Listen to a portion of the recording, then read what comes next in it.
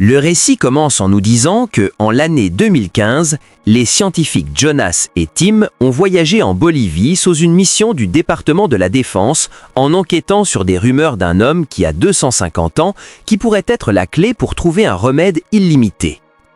En suivant un guide local, l'équipe arrive à une grotte mystérieuse où le guide leur dit d'attendre pendant qu'il prend un seau de sang au homme mystique qui est dans une cage. Tim l'ignore et s'approche quand même, en donnant à la créature l'opportunité de l'attaquer. Les gardes essaient de l'arrêter avec des balles, mais elles ne marchent pas, donc l'agent Clark essaie un pieu qu'il trouve prêt en tuant efficacement le vampire. Après ça, Tim est emmené à un hôpital, mais il récupère instantanément et déclare qu'il peut transformer le monde avant de cracher ses propres dents. 3 ans plus tard, les agents Brad et Phil vont à une prison d'État pour offrir au condamné à mort Anthony l'opportunité d'être un patient dans un projet gouvernemental appelé NOAA. Anthony est suspicieux, mais Brad le convainc en soulignant qu'il peut utiliser sa propre vie pour sauver d'autres au lieu de la gaspiller en prison. Au centre NOAA, Jonas est le leader de l'équipe de scientifiques qui conduit le projet, incluant les docteurs Nicole et Daniel. Leur but est de trouver le remède pour la grippe aviaire, qui tue des milliards de gens. Quand Daniel présente une théorie, il emmène l'équipe au secteur 4B, une zone en quarantaine qui abrite Tim et d'autres sujets de test recrutés de la condamnation à mort. Depuis l'incident en Bolivie, Tim est devenu un vampire, et la même chose est arrivée à chaque sujet qui a reçu le même virus de son sang. Ils sont immunisés contre toutes les maladies, mais aussi extrêmement dangereux. Daniel souligne qu'ils sont tous des échecs à cause de leur âge et que la prochaine expérience doit être un enfant. Et Nicole accepte au nom du plus grand bien, puis demande à Clark d'envoyer des agents pour localiser un orphelin. Pendant ce temps, à Memphis, la jeune Amy passe du temps seule à lire son livre préféré. Quand elle rentre à la maison, elle trouve la police là et conclut immédiatement que sa mère est morte d'une overdose. Puisqu'elle n'a pas de parents, Amy est placée en famille d'accueil. Quelque temps plus tard, Brad et Phil emmènent Anthony au centre NOAA et Clark leur assigne immédiatement une nouvelle mission. Le duo conduit à Memphis et visite la maison d'accueil où Amy vit, et dès qu'Amy rencontre les agents, elle devient suspicieuse de leurs intentions. Quand elle est envoyée en haut pour prendre ses affaires, Amy s'échappe par la fenêtre. Brad remarque et reste silencieux parce qu'il ne veut pas kidnapper un enfant, mais Phil remarque aussi, donc les deux montent en voiture et chassent Amy à travers la ville. Il la trouve au parc, et quand la fille se défend avec un coup de pied, Phil répond en la frappant, puis il la jette sur le siège arrière de la voiture pour s'éloigner des témoins. Quelques blocs plus tard, Brad arrête le véhicule et frappe Phil en menaçant quelque chose de pire s'il blesse Amy à nouveau. Puis Brad console Amy et l'assure qu'elle n'est pas blessée, mais elle reste effrayée de lui. Retour au secteur 4B, le superviseur Gray informe Jonas que lui et beaucoup de membres du staff ont eu des cauchemars très réalistes sur Tim, mais Jonas le rejette comme fièvre de confinement. Daniel et Clark inspectent la détenue Shona et pendant que Daniel dit que les sujets ne sont plus productifs, Clark ne peut pas éviter un sentiment dérangeant en la regardant. À l'heure de l'alimentation, un évier est rempli de sang et Shona s'approche pour boire en maintenant le contact visuel avec Clark.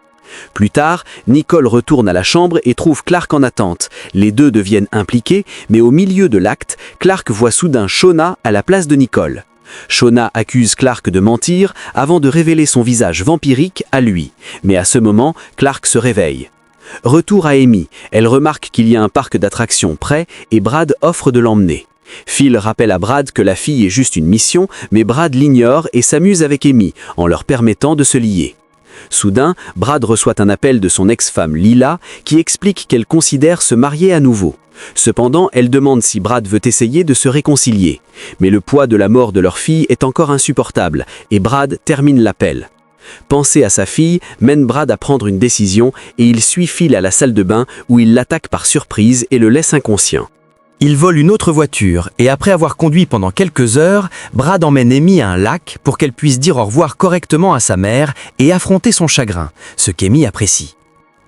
Quand les nouvelles de l'évasion de Brad atteignent Noah, Clark est envoyé pour le trouver. Pendant ce temps, Anthony est examiné par Tim, qui apparaît d'abord humain, mais commence bientôt à se transformer en sa forme vampirique. Il promet à Anthony que les choses vont empirer, mais qu'il sera à ses côtés pour l'aider. Puis Tim grogne et Anthony se réveille du cauchemar. Quelque temps plus tard, Brad s'arrête à une station essence et voit son propre visage aux nouvelles, parce qu'il est maintenant recherché. Donc, il utilise un téléphone public pour essayer d'avertir Lila sur Clark. Il s'avère que Clark est déjà là, donc Lila prétend recevoir un appel d'un patient pour lui donner un indice. Brad comprend et déclare son amour avant de raccrocher, et Lila informe Clark qu'elle n'a pas de nouvelles de Brad. En retournant à la voiture, Brad remarque un shérif qui s'approche et décide de se rendre parce que ce sera plus sûr pour Amy si elle devient connue. Après que Brad se rende, lui et Amy sont emmenés au département de police. Cependant, Brad le regrette quand il entend que les officiers sont en contact avec le département de la défense. Pendant que le shérif est distrait, Amy se faufile derrière le comptoir et prend les clés des menottes pour libérer Brad. À ce moment, Clark et ses hommes arrivent, puis Brad prend un pistolet du shérif juste avant que les agents entrent et tuent le pauvre homme. Brad réagit immédiatement et élimine certains avant de combattre un autre au corps à corps. À la sortie, le duo rencontre Clark, qui hésite à tirer sur son meilleur ami. Brad profite et tire sur un extincteur, forçant Clark à reculer. Puis il prend Amy et vole une voiture de patrouille pour s'échapper. Amy remarque que Brad est blessé et que les agents les suivent, mais Brad l'assure que tout ira bien et allume les sirènes pour traverser une intersection, causant un accident qui bloque Clark. Quelques miles plus tard, il voit un bus scolaire sur le point de partir pour un voyage. Donc Brad s'arrête et prétend qu'Amy est une nouvelle élève qui a oublié ses documents. Amy est autorisée à monter et s'assoit à l'arrière pour ouvrir la sortie d'urgence et permettre à Brad d'entrer. Un étudiant essaie de prendre une photo, mais Brad prend l'appareil.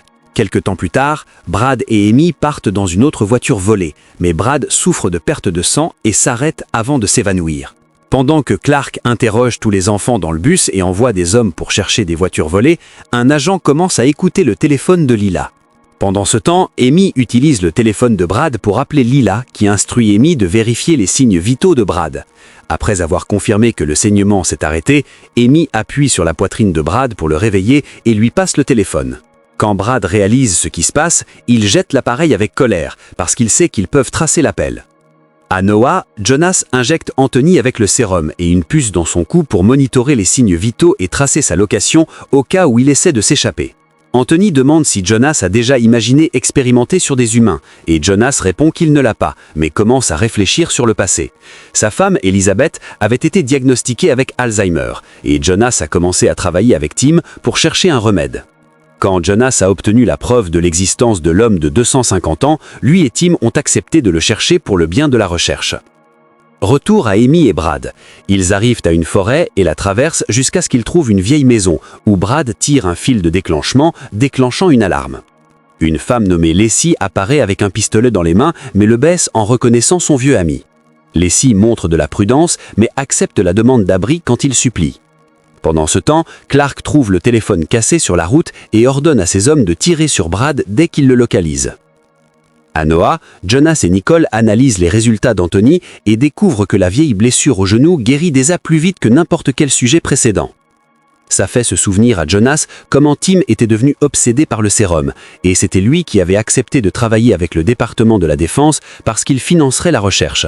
Elizabeth croyait qu'il violait le code d'éthique, mais Jonas pensait que la guérir était plus important. Pendant qu'Amy et Lacey renforcent leur lien, Brad entend l'alarme sonner, mais c'est seulement Lila qui connaît les cachettes de Brad. Pendant le dîner, Lacey informe Brad qu'elle a sécurisé un bateau et des passeports à travers un contact pour qu'il puisse partir pour le Canada, mais souligne aussi que Noah ne cessera jamais de le chasser parce qu'il en sait trop, et ils kidnapperont probablement un autre enfant pour forcer un accord. Lacey offre de faire fuiter l'histoire pendant que Brad s'échappe avec Amy, et Brad lui donne les noms de tous les détenus qu'il a emmenés de la prison à Noah. Après ça, Lila s'occupe de la blessure de Brad et ils se réconcilient. Au centre, Anthony fait de l'exercice quand il entend soudain de la musique forte. Il va enquêter et entre dans une chambre qui ressemble à un bar où il trouve Shona et Tim qui lui conseillent de ne pas faire confiance à Jonas. Ils essaient aussi de partager une tasse de sang avec lui, et quand Anthony refuse, Shona met sa main dans sa bouche pour prouver qu'il perd ses dents pour que les crocs puissent pousser. Quand Anthony essaie de partir, Tim lui donne un message à passer à Jonas avant de grogner et de le faire se réveiller. La prochaine fois qu'Anthony voit Jonas, il rapporte les rêves et livre le message de Tim, qui dit que le monde a déjà été transformé et qu'il faut attendre pour voir comment. Après ça, Jonas visite Elizabeth à l'hôpital psychiatrique, mais le stade avancé de la maladie ne lui permet pas de se souvenir ou de comprendre quoi que ce soit. En cellule 4B, l'équipe de nettoyage fait ses tâches et Gray regarde Simmons provoquer Shona. Gray essaie de l'avertir que c'est dangereux, mais Simmons répond en le poussant contre les barreaux et en donnant un coup de pied à son badge à l'intérieur. Terrifié, Gray n'a pas le choix que de le récupérer, et il est surpris tant Shona n'attaque pas pendant qu'il met sa main à l'intérieur. Simmons interprète ça comme un signe de sécurité et essaie de la provoquer à nouveau, mais cette fois, Shona l'attrape à travers les barreaux et mord son cou en le tuant. Pendant ce temps, Clark localise le contact de Lacey et le bat jusqu'à ce qu'il confesse ce qu'il sait. Les agents arrivent à la maison de Lacey le matin, donc Brad et Lacey ouvrent immédiatement le feu. Lacey est blessée dans la confrontation, ce qui mène Brad à accepter de se rendre pendant que Lila essaie de garder Amy loin. Cependant, Amy entend Clark dire qu'il va tuer Brad, donc elle décide de sortir et de se rendre aussi.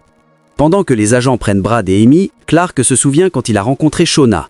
Il a trouvé des hommes en train d'essayer de la biser, les a battus et les a chassés avant de la calmer. Les deux ont parlé et sont devenus amis, et Clark a promis que le test ne causerait pas de douleur. En arrivant au centre, Amy et Brad sont séparés. Clark participe à une réunion pour revoir les images de la mort de Simmons et les scientifiques concluent que Shona est plus humaine qu'ils imaginaient parce qu'elle n'a attaqué que celui qui la dérangeait. Clark considère ça comme un risque de sécurité et déclare qu'ils doivent la soumettre à l'euthanasie, ce que Jonas autorise. Puis, Nicole est appelée pour évaluer Amy, qui est agressive et ne permet pas aux infirmières de l'examiner. Nicole explique qu'Amy pourrait être le remède pour des milliers de gens, donc Amy accepte d'aider seulement s'ils permettent à Brad de rester avec elle. Clark amène Brad et le docteur clarifie la gravité de la grippe avone. Donc Brad accepte de coopérer tant que c'est la décision d'Amy. Après, Brad rejoint Amy et découvre qu'ils ont déjà implanté la puce en elle. Nicole applique aussi le sérum, ce qui fait que Tim sent la présence de la fille. Quand une infirmière retourne plus tard pour vérifier Amy, Brad prend l'opportunité de voler une injection du chariot. Plus tard, les deux s'endorment, mais Brad se réveille quand il trouve Gray dans la chambre. L'employé essaie de l'avertir que Tim va aller après Amy, mais la conversation est interrompue par deux gardes qui les séparent rapidement, et Brad prend l'opportunité de prendre une lampe de poche. Plus tard, en rencontrant Anthony, il entend sur les cauchemars avec Tim. Pendant ce temps, Amy utilise des crayons de couleur pour glisser des notes sous la porte qui connecte à la chambre d'Anthony. Anthony répond rapidement et les deux deviennent amis en échangeant constamment des messages. Dans l'après-midi tard, Brad entend des bruits et quitte la chambre, remarquant Gray prendre l'ascenseur. Brad le suit et utilise l'injection volée pour le faire dormir. En atteignant la cellule 4B, Brad la déverrouille en utilisant l'œil de Gray et découvre l'état monstrueux de tous les sujets de test, se sentant coupable d'avoir amené Shauna de la prison. À ce moment, Jonas attrape Brad et explique que c'est un effet secondaire du virus, mais qu'ils le font pour sauver des vies. Brad retourne à la chambre et fait un cauchemar avec Tim, qui lui dit de se mettre hors du chemin. Pendant ce temps, Lila fait des appels en demandant sur les détenus disparus. Mais tout le monde raccroche. Seulement quelqu'un de l'ancienne prison de Shona confirme qu'elle n'est pas morte là, comme rapporté. Le jour suivant, Lila rencontre la journaliste Sierra et partage ce qu'elle sait sur les prisonniers. Et Sierra promet d'enquêter. Quelques heures plus tard, dans la chambre d'hôtel qu'elle partage avec Lacey, Lila reçoit un appel de Sierra confirmant qu'il y a quelque chose de suspect et qu'elle va publier l'histoire. Quelque temps plus tard, Jonas réalise que Tim et Shona ne se nourrissent pas. Il est alors révélé qu'ils se rencontrent quand ils surgissent dans l'esprit l'un de l'autre. Et Tim gronde Shona pour son imprudence en lui disant d'utiliser tout son pouvoir pour réparer la situation.